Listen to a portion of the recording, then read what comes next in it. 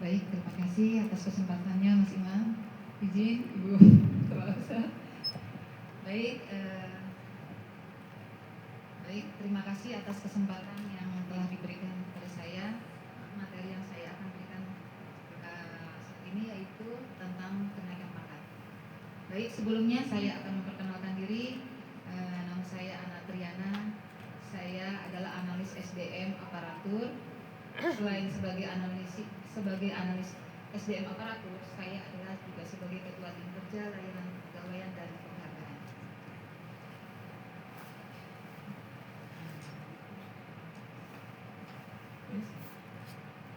Ya, kenaikan pangkat. Kenaikan pangkat adalah penghargaan yang diberikan atas capaian kinerja dan pengabdian pegawai negeri sipil. Tujuannya yaitu untuk memberikan motivasi dan penghargaan atas prestasi yang diberikan. Untuk saat ini kenaikan pangkat ini hanya bisa diberikan untuk pegawai negeri sipil. Mudah-mudahan nanti kedepannya P3K juga ada regulasi terbaru lagi. Baik, lanjut. Pokok pembahasannya yaitu dasar hukum kenaikan pangkat, persyaratan umum kenaikan pangkat, jenis-jenis kenaikan pangkat, periode pengusulan kenaikan pangkat, alur pengusulan kenaikan pangkat, angka kredit untuk kenaikan pangkat, contoh kasus dan hal-hal yang wajib diperhatikan untuk pengusulan di layanan kepegawaian. Baik, dasar hukumnya yaitu Undang-Undang Nomor 5 Tahun 2014, kedua Peraturan Pemerintah Nomor 11 Tahun 2017, yang ketiga, Peraturan Menteri Pendayagunaan Aparatur Negara dan Reformasi Birokrasi Nomor 1 Tahun 2023, Peraturan Badan Kepegawaian Nomor 3 Tahun 2023, serta Peraturan Kepala Badan Kepegawaian Negara Nomor 4 Tahun 2025. Persyaratan umum kenaikan pangkat, yaitu yang pertama, untuk kenaikan pangkat reguler minimal menduduki pangkat terakhir yaitu selama 4 tahun. Dan untuk jabatan fungsional minimal menduduki pangkat terakhir selama 2 tahun. Kualifikasi pendidikan harus sesuai dengan pangkat yang dituju. Nilai SKP minimal bernilai baik. Selanjutnya bebas dari hukuman disiplin. Baik, jenis-jenis kenaikan pangkat, yaitu kenaikan pangkat reguler. Kenaikan pangkat reguler adalah kenaikan pangkat yang diberikan kepada pejabat pelaksana. Kenaikan pangkat ini berdasarkan masa kerja golongan, kualifikasi pendidikan, dan hasil penilaian kinerja SKP. Untuk kenaikan pangkat reguler ini, ada regulasi terbaru yaitu Perka BKN Nomor 2 Tahun 2025. Yang sebelumnya pejabat pelaksana itu tidak boleh lebih tinggi pangkatnya dari atasannya. Tapi setelah terbit regulasi tersebut, sekarang bisa asalkan memiliki kualifikasi pendidikan yang dipersyaratkan. Lanjut, yaitu kenaikan pangkat struktural. Kenaikan pangkat struktural adalah kenaikan pangkat yang diberikan kepada pejabat pimpinan tinggi, pejabat administrator, dan pejabat pengawas. Kenaikan pangkat selanjutnya adalah kenaikan pangkat jabatan fungsional. Kenaikan pangkat jabatan fungsional ini adalah kenaikan pangkat yang diberikan kepada pejabat fungsional yang harus memenuhi syarat-syarat, diantaranya yaitu mungkin angka kredit, kualifikasi pendidikan, hasil penilaian kinerja SKP, dan lain-lain. Selanjutnya adalah kenaikan pangkat memperoleh atau penyesuaian ijazah. Kenaikan pangkat ini diberikan kepada pegawai yang telah memperoleh pendidikan lebih tinggi dari pangkatnya. Selanjutnya adalah kenaikan pangkat tugas belajar. Kenaikan pangkat tugas belajar ini adalah kenaikan pangkat yang diberikan kepada pegawai yang sedang menjalankan tugas belajar. Jadi apabila dia sedang menjalankan tugas belajar, apabila pangkatnya itu sudah 4 tahun dalam pangkatnya, yang bersangkutan berhak untuk mendapatkan kenaikan pangkat tugas belajar. Oke. Selanjutnya adalah periode pengusulan kenaikan pangkat. Periode pengusulan kenaikan pangkat ini setelah dari Peraturan BKN Nomor 4 Tahun 2025 yang sebelumnya kenaikan pangkat itu dilaksanakan dalam 1 tahun itu 6 bulan. Untuk saat ini setelah terhitung mulai 1 Oktober 2025, 1 tahun itu dilaksanakan selama 12 kali. Jadi Bapak dan Ibu bisa mengusulkan kenaikan pangkat ini berhitung dari mulai tanggal 1 Januari sampai dengan misalnya ya bulan Januari Bapak Ibu mengusulkannya 1 Januari sampai dengan 10 Januari. Jadi setiap tanggal 1 sampai 10 bulan itu ya, awal bulan itu silakan teman-teman mengusulkan kenaikan pangkatnya. Lanjut. Baik, alur pengusulan kenaikan pangkat. Alur pengusulan kenaikan pangkat sebelumnya kita harus menyiapkan dulu dokumen yang akan dibutuhkan dalam bentuk digital. Silakan Bapak Ibu membuka website di sdmu.perpusnas.go.id yang mungkin Bapak biasa sering melihat presensi ya Pak ya. Nah, selanjutnya Bapak dan Ibu silakan membuka langsung. Setelah itu Bapak buka layanan kepegawaian. Di layanan kepegawaian itu Bapak Ibu tinggal memilih layanan apa yang Bapak inginkan. Jadi layanan-layanan kepegawaian itu ada di sana semua. Ada uji kompetensi, ada kenaikan pangkat, atau cuti, KP4, terus apalagi ya BPJS dan lain-lain. Jadi layanan itu ada ya di website bsdmu.perpusnas.go.id. Ya, kembali lagi setelah Bapak Ibu membuka websitenya dan mengusulkan, izin Bapak Ibu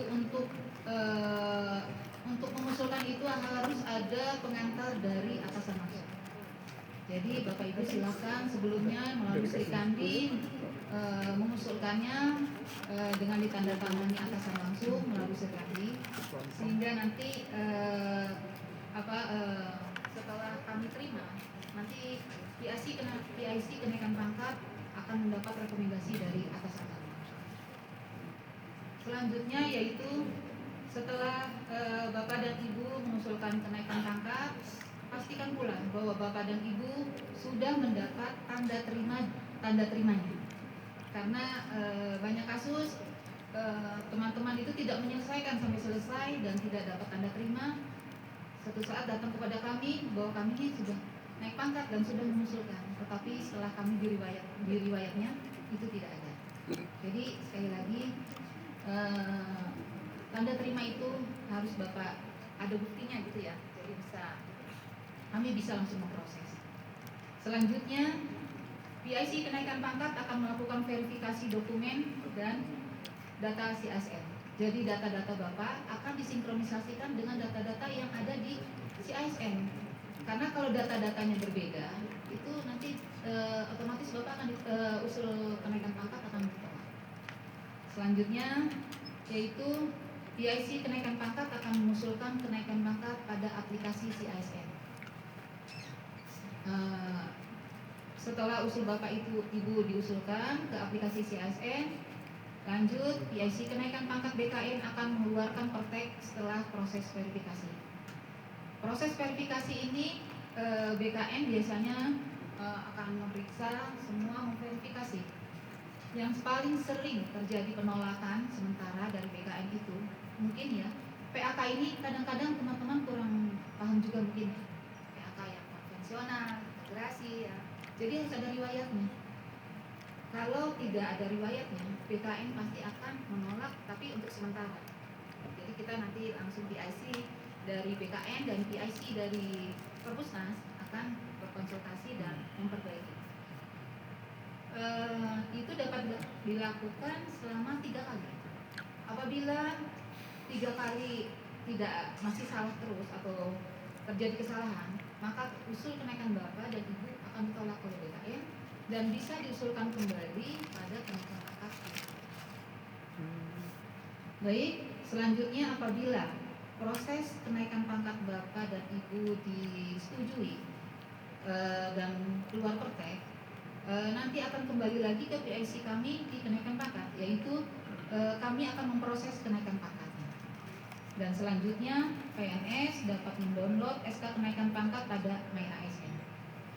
Nah, jadi Bapak dan Ibu untuk memonitoring kenaikan pangkat ini, BKN itu memiliki aplikasi, yaitu namanya Simola BKN.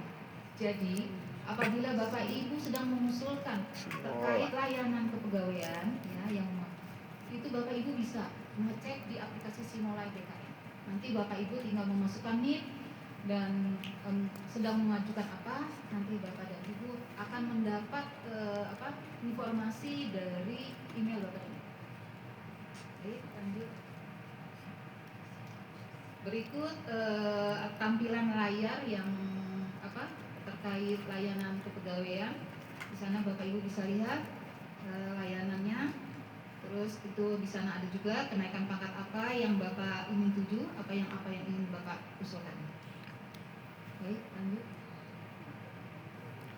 Nah, sedikit mungkin ini tadi sama Mbak Anita sudah diinformasikan. Saya cuma mengulas kembali. Inilah angka kredit untuk kenaikan pangkat fungsional. Jadi Bapak Ibu, inilah patokannya, inilah istilahnya yang harus Bapak Ibu ketahui. Berada di mana posisi Bapak Ibu dengan pangkatnya apa, jenjang pangkatnya apa, dan disitulah tertera angka kredit Bapak Ibu yang harus Bapak Ibu miliki. Terus yang B yaitu konversi predikat kinerja itu tahunan menjadi angka kredit, itu bisa dihitung ya Bapak Ibu ya. Jadi apabila Bapak Ibu mendapat nilai sangat baik di jabatan ahli pertama, bisa dilihat di sana. Apabila baik mendapatkan 100%, butuh perbaikan 75%, kurang 50%, sangat kurang 25%. Inilah yang menjadi patokan Bapak dan Ibu sebagai pejabat fungsional. Baik, next. Ini saya cuma menampilkan yang tadi mungkin yang telah disampaikan sama Bu Anita. Inilah bentuk-bentuk apa itu yang disebut dengan pak konvensional. Kadang-kadang teman-teman kalau tanya pak konvensional itu yang seperti apa sih kan gitu ya. Nah, pak konvensional itu yang seperti itu. Dulu itu PAK-nya itu besar-besar teman-teman, karena terakumulasi dari mulai teman-teman itu menjadi fungsional terus sampai naik jenjang yang lebih tinggi. Tapi untuk saat ini PAK itu tidak seperti itu. Jadi PAK itu cukup PAK yang dibutuhkan aja, ya. Itu yang kedua itu adalah perhitungan angka kredit integrasi, dan yang ketiga adalah pak integrasi. Jadi untuk teman-teman yang baru pertama kali mengusulkan kenaikan pangkat atau kenaikan jabatan, pak konversi, perhitungan integrasi, pak integrasi, dan berikutnya itu harus ada. Jadi riwayat teman-teman, perubahan teman-teman angka kredit terlihat riwayatnya ya. Gitu. Lanjut. Ini saya contoh saya lihatkan di kinerja ya teman-teman. Kadang kalau teman-teman yang mungkin yang sudah pernah mengusulkan kenaikan pangkat atau kenaikan jabatan, sering di situ diusulnya ditanyakan apakah sudah disinkronisasi. Kadang-kadang teman-teman langsung menjawab ya, padahal belum disinkronisasi. Nah, jadi teman-teman silakan, inilah di SKP teman-teman ketika mengajukan angka kredit. Di situ di warna oranye itu sinkronisasi angka kredit CISM. Jadi teman-teman selalu nih kalau mau naik pangkat, naik jabatan, jangan lupa tuh sinkronisasi angka kredit. Agar apa? Agar SKP teman-teman terintegrasi di CISM. Begitu juga yang warna merah yaitu tambah. Tambah ini jika ingin membuat atau mengklaim angka kredit baru ya. Selanjutnya yang berwarna hijau adalah sinkron jabatan CASN. Sinkron jabatan CASN ini jika terdampak jabatan yang tidak sesuai. Biasanya ini dialami oleh pejabat fungsional yang baru naik jabatan. Jadi jabatannya misalnya sebelumnya masih jabatan muda, terus mau jabatan madya, nanti ya tinggal klik di sinkronisasi jabatan ASN, terus mengikuti tahapan-tahapan berikutnya agar data Bapak dan Ibu di kinerja dan di BKN itu tetap sama. Ya, Ini saya sekedar sedikit ini aja contoh kasus ya kenaikan pangkat jabatan fungsional. Suprihatin, pangkat penata Buddha golongan ruangan 3C. Jabatan analis SDM, ahli muda, PNS yang bersangkutan memiliki kinerja dan ditetapkan angka kredit kumulatifnya sebesar 112,5 dan dapat dipertimbangkan untuk kenaikan pangkat setingkat lebih tinggi menjadi penata tingkat 1 golongan ruang 3D. Adapun angka kredit kumulatif untuk kenaikan pangkat menjadi penata tingkat 1 golongan ruang 3D yaitu adalah 100. Seperti yang tadi tabel yang sudah saya tampilkan tadi ya. Nah, dengan demikian PNS yang bersangkutan memiliki kelebihan yaitu 12,5. Angka kredit yang dapat diperhitungkan untuk memperoleh angka kredit berikutnya. Jadi apabila Bapak Ibu kenaikan pangkat ya, misalnya dari ini dari 3C ke 3B, itu angka kredit Bapak Ibu itu terakumulasi. Tetapi apabila ada kenaikan jabatan, misalnya dari pertama ke muda, itu angka kredit tidak terakumulasi. Jadi untuk kenaikan jabatan, angka kredit Bapak dan Ibu akan kembali ke nol. Izin seperti SPBU. Ya. Baik, selanjutnya adalah contoh kasus lagi, ini Nevia Herdianti, pangkat penata muda golongan 3A, jenjang jabatan fungsional analis ahli pertama, memiliki angka kredit sebesar 37,5. Yang bersangkutan memperoleh ijazah magister bidang manajemen sehingga memperoleh angka kredit tambahan sebesar 25%. Perhitungannya itu sesuai yang tadi sudah disampaikan dengan Bu Anita, yaitu mendapatkan 25% kebutuhan dari kenaikan pangkat. 25% kali 50 sama dengan 12,5 angka kredit. Jadi yang tadinya Nevia Herdianti jumlah angka kreditnya 37,5, karena ada peningkatan ijazah, maka yang bersangkutan mendapatkan nilai 25% dari angka kredit yang dibutuhkan. Karena angka kredit yang dibutuhkan untuk dari 3A ke 3B itu adalah 50, maka yang 50 dibagi 4 ya, jadi 12. Mungkin ya Bapak Ibu ya, ini sekilas kasus.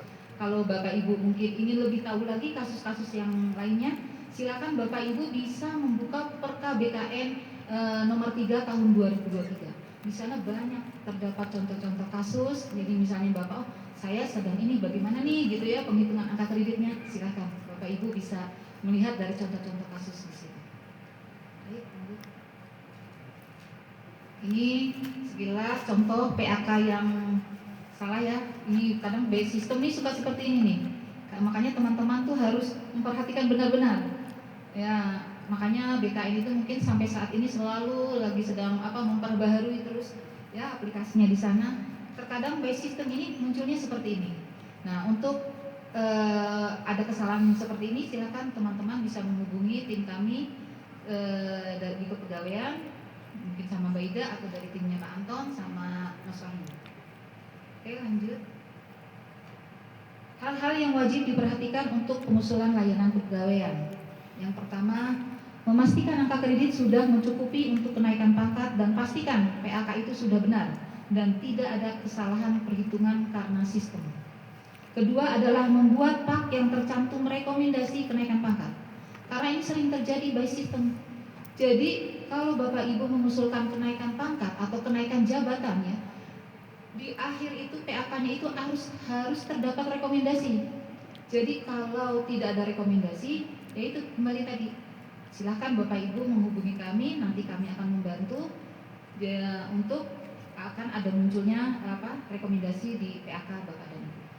Selanjutnya adalah melakukan sinkronisasi angka kredit di kinerja bkn.go.id. Yang tadi sudah saya sampaikan, jangan lupa Bapak dan Ibu selalu sinkronisasi angka kredit. Situ di kinerja Bapak dan Ibu. Selanjutnya adalah mengusulkan kenaikan pangkat sesuai dengan periodenya. Jadi yaitu saya mengingatkan kembali, misalnya sekarang ini adalah bulan Desember. Jadi untuk Bapak dan Ibu yang mau naik pangkat, silakan mengusul kepada kami dari tanggal 1 sampai dengan 10 Desember. 5 menit lagi, Bu. Sudah. Terima kasih.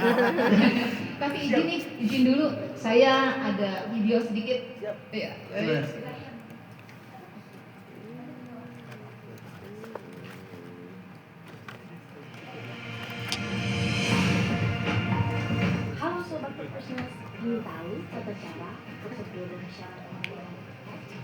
simak video berikutnya. Kunjungi website biro.sdmu.perpusnas.go.id. Pilih pada menu